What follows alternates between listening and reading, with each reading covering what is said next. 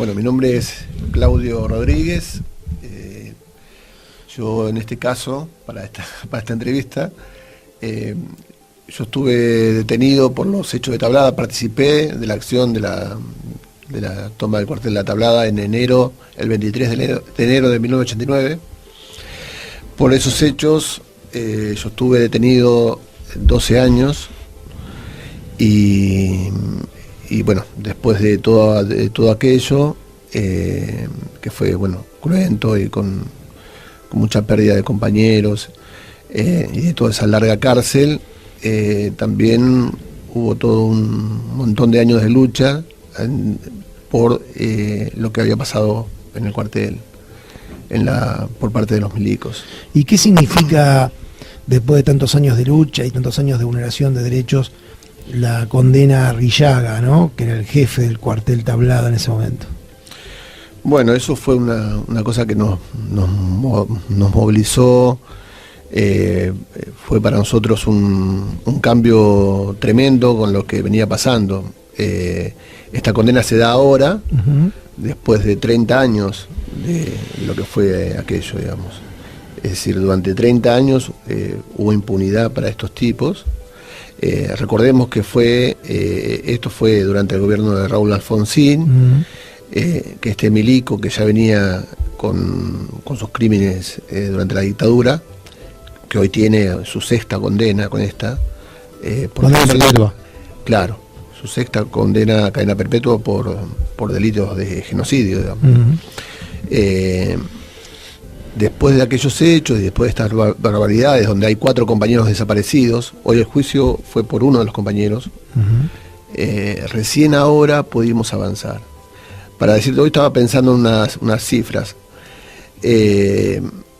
La justicia siempre dilató nuestro tema, digamos, pero en el año 97, después del informe de la CID, que fue en el año 95, donde la CID, Interamericana de Derechos Humanos, claro, que le reclama al gobierno argentino por el tema de las torturas y las desapariciones y las ejecuciones que hubo dentro del cuartel. En el año 97 se exhuman los cuerpos de los compañeros, porque nosotros no sabíamos qué compañero estaba desaparecido y quién no, y que estaba muerto. Recién en el 2010, es decir, 13 años después, y porque intervino el equipo de antropología forense, nosotros ahí conocimos recién quiénes eran los compañeros desaparecidos. Ahí identifican los 4. Ahí identificamos los 4, en el 2010, ¿no? Después de ahí empieza todo el juicio, que después que se paró en principio cuando se dictó que habían prescripto, la Cámara de Casación dijo que habían prescripto, y que después la Corte terminó diciendo que como eran delitos contra los derechos humanos, no prescriben, y eso. ¿Cómo estos 30 años que mencionabas, ¿no? ¿Cómo se viven, más de 30 años, cómo vivieron ustedes también las soledades, ¿no?, de la falta de solidaridad, de los movimientos políticos? ¿Por qué Tablada terminó siendo un tema tan poco acompañado en términos de la militancia política en muchos momentos, ¿no? Quizás no ahora en el final del juicio de Arrillaga, pero fue una etapa donde los movimientos sociales y políticos no asumen esa defensa de derechos humanos. Sí, eso para mí, en algún punto en algunos puntos uno puede pensar que siempre hay como una mirada sobre los derechos humanos que corresponden a intereses, a motivaciones políticas. Unos, podemos decir que algunas organizaciones militan los derechos humanos en tanto le sirven como capital político, digamos. Tal cual. Pero así todo, se dan situaciones en las que uno no comprende por qué. Porque, por ejemplo, nosotros que hemos venido acá a Varela hace muchos años, y veníamos con el banner y con la cara de la foto con la cara de los compañeros desaparecidos, y por ahí en ustedes encontrábamos receptividad, y en las compañeras y los compañeros de los barrios siempre con la solidaridad, siempre, pero no pasaba lo mismo, como vos decís, con las organizaciones políticas de izquierda. No se tomaba el tema. Nuestros compañeros desaparecidos estaban doblemente desaparecidos. Tal cual. Y eso no. Recién ahora, en este juicio, pudimos quebrar algunas cuestiones. Y el tema empezó a aparecer en los diarios, bueno, y logramos una condena, que no es poco, creemos, que no es poco, con uno de los responsables de esto. Ahora faltan más, pero es así. Yo digo, es una cosa para analizar, ¿no? Desde los derechos humanos, es un caso para analizar. ¿Por qué sucede esto? Sí, indudablemente hablar es un punto de inflexión en cómo se piensa y se defienden los derechos humanos, ¿no? Sí.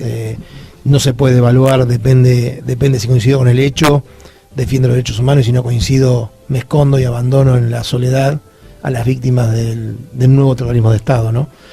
¿Y cómo lo vive en lo personal? ¿Cómo se vive este momento después de más de 30 años?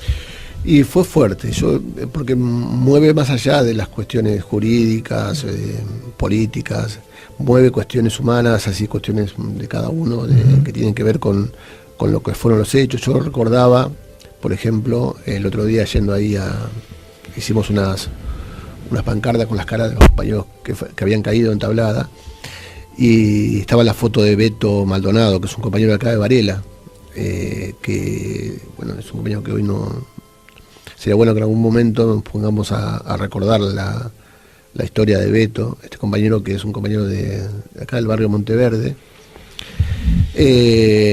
y bueno, esas cosas, porque bueno, Beto es un amigo, un compañero, que en ese momento tenía 24 años, y bueno, eso, fue muy movilizante porque empecé a recordar a todos los compañeros caídos, bueno, además los familiares que fueron al juicio, que estuvo Facundo, el hijo de Jorge Baños, bueno, lo de Irene, que fue la hija de Pancho y de Claudia, que fueron los que se puso todo esto al hombro, digamos. Entonces es eso, ¿no? Yo creo que fue durante mucho tiempo mucha angustia contenida, en esa soledad que vos decís, en esa larga cárcel, con tantos compañeros caídos. Son cuestiones que uno, bueno, nunca termina de asimilar del todo, pero bueno, yo creo que uno, qué sé yo, en mi caso por lo menos, compartiendo en los espacios de militancia, militando, uno como que va cabalgando con esas cosas, digamos, pero bueno, sí, fue muy movilizante. Para mí, creo que para todos y todas, ¿no? ¿Cómo continúa Tablada en términos de la búsqueda de justicia? Bueno, continúa ahora, empieza en lo jurídico, empieza un nuevo juicio por los otros 3 compañeros que están desaparecidos. ¿Quiénes serían? Sí, los conocemos. Son el caso de Pancho Provenzano, Francisco Provenzano, Carlos Amogendi e Iván Ruiz. Iván Ruiz se asemeja bastante al caso de José Díaz, que fue el que por el que ahora se hizo el juicio. Sí. Pues son los 2 compañeros que se rinden juntos y que son... Y aparecen las imágenes. Porque eso también, ¿no? En esta cuestión, ¿no? de por qué este silencio con respecto al tema Tablada, están las filmaciones, las fotos. Por ejemplo, una de las pruebas fuertes fue la presencia del fotógrafo que sacó esa foto, Longoni, un fotógrafo de Clarín. Sí. Y el tipo tuvo el coraje de acompañarnos, de presentar todo, y solo declarar y comentar cómo fue ese momento, que para él fue tan fuerte. Había eso, después también había una justicia cómplice con la impunidad, en el caso de la Rambevere, o en el caso... El primer juez que interviene en Tablada. Claro, el secretario de la Rambevere era Nisman. Entonces, y entre ellos, con toda la inteligencia militar, armaron esta cuestión para que, bueno, no me quiero olvidar de los fiscales, Pley, Quiroga. Raúl Pley. Sí, tremendo. Entonces, estos personajes fueron lo que armaron el encubrimiento, y bueno, que propició con el juicio que se nos hizo y todo lo demás. Lo que viene es el juicio, y creemos la posibilidad que la decisión firme que tenemos, y los abogados también, es de sentar en el banquillo al resto de los responsables. En Tablada hubo un Estado Mayor que fue el que llevó adelante la recuperación del cuartel, y creemos que hay más responsabilidades más allá de la... Responsabilidades políticas y funcionales en cuanto a las desapariciones. Claro, y judiciales también, porque Sí. lo que No hay duda, cuando uno tiene responsabilidad política, responsabilidad funcional, es que ahí alguien dio órdenes y alguien decidió en territorio qué hacer con los cuerpos, ocultarlos o enterrarlos como NN o lo que construyeron, ¿no? Que fue un proceso de impunidad. Sí, y también lo que vos decís, ¿no? También viene una etapa donde, bueno, nos tenemos que, a partir de este caso, nos tenemos que preguntar cómo estamos militando los derechos humanos, ¿no? Es una cosa, bueno, el tema de cómo vemos el tema de la memoria, a veces como también, por ejemplo, ahora que veía de esta campaña que hay, que pone como candidato a Solá nuevamente. Sí, no hay duda. Nuevamente, Entonces, ¿no? Solá gobernador en la muerte de Coti Santillán. Claro, entonces el tema de la memoria y cómo militamos estos derechos humanos es un tema que nos... Sí, quizá la pregunta siempre es si los derechos humanos son una herramienta instrumental de una estrategia política superior, entre comillas, o los derechos humanos son una práctica política indiscutida y que debe ejercerse de manera cotidiana, ¿no? Sí. Entonces, cuando son lo otro, Solá puede ser candidato, Sí. ¿no? Entonces, hoy los mismos que marcharon Maxi Darío, Solá puede ser candidato sin ningún problema, porque en realidad la coyuntura política es otra y no importa ya Maxi Darío. Claro. Entonces, yo creo que un poco esto también fue, de alguna manera, el uso de los derechos humanos en la Argentina. Sí, es algo así. ¿Algo más, Claudio? No, todo bien. Muchas gracias.